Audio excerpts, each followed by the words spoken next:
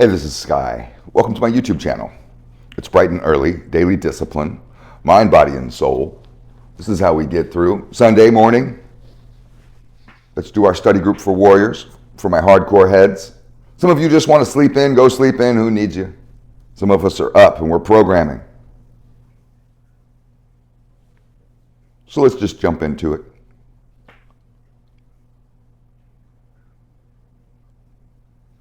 Here's the question of the phoenix. The phoenix is the bird that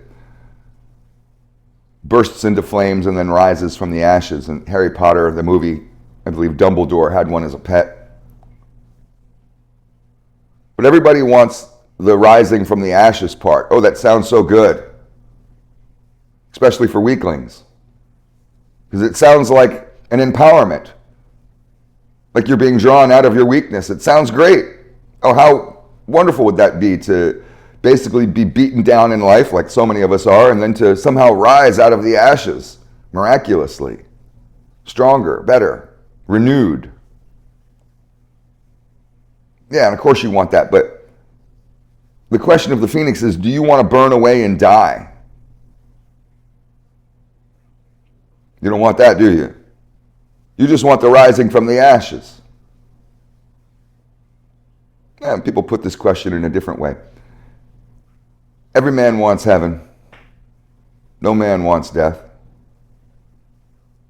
But the two are connected. So the question of the phoenix really is, if you want the redemption, if you want the rising from the ashes part of the story, you're going to have to go through the burning away and dying first. You're going to have to go through some hard stuff before you rise. Move to the next one. I used to be a big-time atheist. Oh, I was the king of the atheists. I'd put people like Hitchens and Dawkins, I'd put them to shame. Make them look like they're the Pope. And I've studied my own beliefs, and I've studied people like Dawkins and Hitchens. I've read every single thing they've ever written, watched every speech they've ever given, watched them 10 times. And I've come to these conclusions that these types of atheists, myself, the way I used to be, and maybe you right now, have a very childlike view of God, a very immature view of God, a very simplistic, shallow view of God. And when you talk to an atheist about God, about the concept of God, a biblical God, it's like talking to an idiot child, a dumbass. They completely and totally miss the intellectual nuance intentionally buried within the text. They can't see it. They don't understand it. Even when you do explain it to them, they completely miss the point.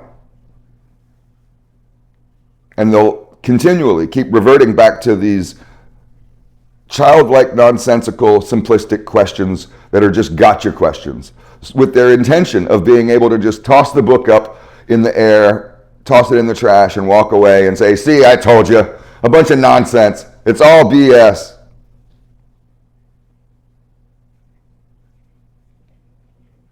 And it's silly because these are the types of critics that don't read the book. Oh, you think Hitchens is so brilliant. Dawkins was so brilliant. These guys can't quote the Bible. They can't quote Scripture. Chapter and verse. They don't know it. They haven't read it. It's like if you've seen a movie and you say you hate it, but you never even saw the movie. And they've turned into a cult. Here's a group of people that professes to have no beliefs, right? This intellectual group of people that are just trying to say that they're so open-minded that they haven't landed on anything and they don't really know what they believe, but they absolutely do. And what they believe is that they hate God, they hate religion, and they hate you for being involved in it. And they've turned into a cult, their own cult, with their own little leaders that they worship. Let's move on. There's been a lot of people that have died over the last week. I mean, just in general on planet Earth, but celebrities and stuff. And it affects a lot of people. But just remember this. Death is a reminder for you to live. So don't get all depressed over your favorite celebrity dying. Use that as a reminder to go out and live. It's the weekend. It's Sunday. Go live today. Here's some lessons in life. Let's move to the next one. Did you know, and this is pretty much a rule, did you know that people are shitty people? Humans can be real shitty. Not all, but there's some real shitty people out there. And the rule is try not to contribute to that. Try not to be one of them. Pretty simple. We try not to talk about too complex of issues on here. Try not to be a shitty person. There you go. That's something that you could do this week.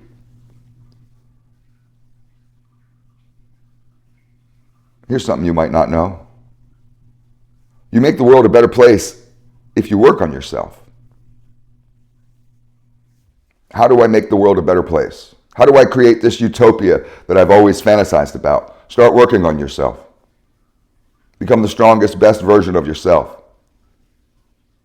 And here's the kicker. If you don't do this, you have an obligation to, but if you don't do this, you contribute to the destruction of the world. You contribute to the world becoming a darker, worse, more miserable place. It's either or. There's no middle ground.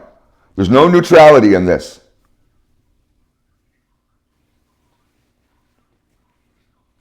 Here's the next one. Do we have any time? We ought to do a couple more.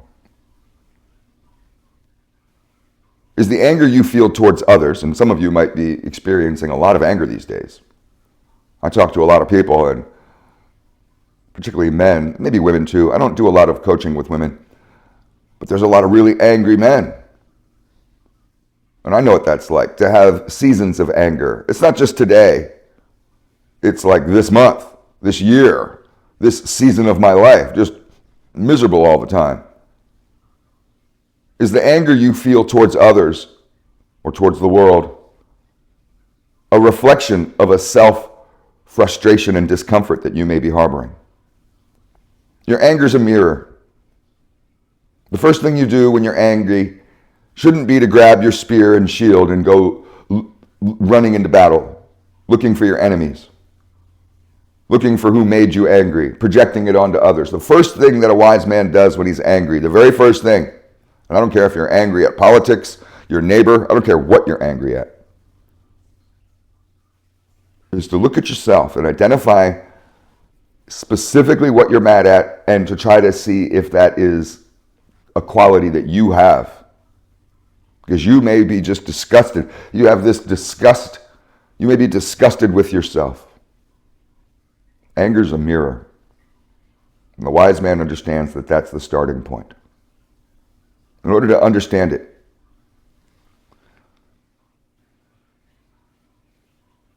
here's a rule.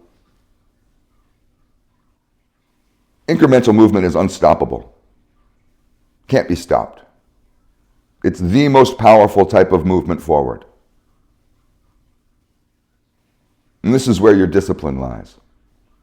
You get up every single day and you do little micro movements, little tiny incremental movements towards your freedom, towards your success, towards your strength, towards the best version of you. You won't be stopped. You will reach it. As long as you're disciplined and you're moving forward little by little. Make those lists. I make lists every day. To-do lists. Cross things off and you'll find slowly, each day, each week, you're moving forward and you can't be stopped.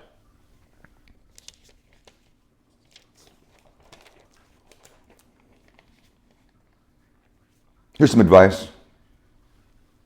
I was thinking about this the other day when I was in the pool, reflecting on the past, something that I shouldn't do too much, but I do. I do have PTSD. Don't cry about what made you strong. Stop playing the victim, thinking about, oh, this hurt, it hurt so bad, I suffered so bad. That's what got you strong. Be grateful for all the suffering you went through, the misery you went through. That's the only way you got to who you are right now. You're strong. Some of you are pretty strong. That's why I enjoy coaching, is because I like hearing your stories. And some of you have these amazing stories that you've suffered through, and it's made you really strong. And some of you don't even realize how strong you are. That's what's funny. I mean, I'm not laughing at you. It's amazing because you don't even see it. So don't cry about what made you strong. This will change you. Let's do another one.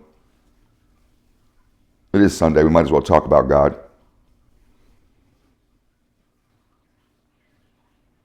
Service to God is to do His will, not your will. Underline the word His. It's His will, not your will. Many of you are just doing your will. Many of you are liars, doing your will, saying it's God's will. Be a servant to God,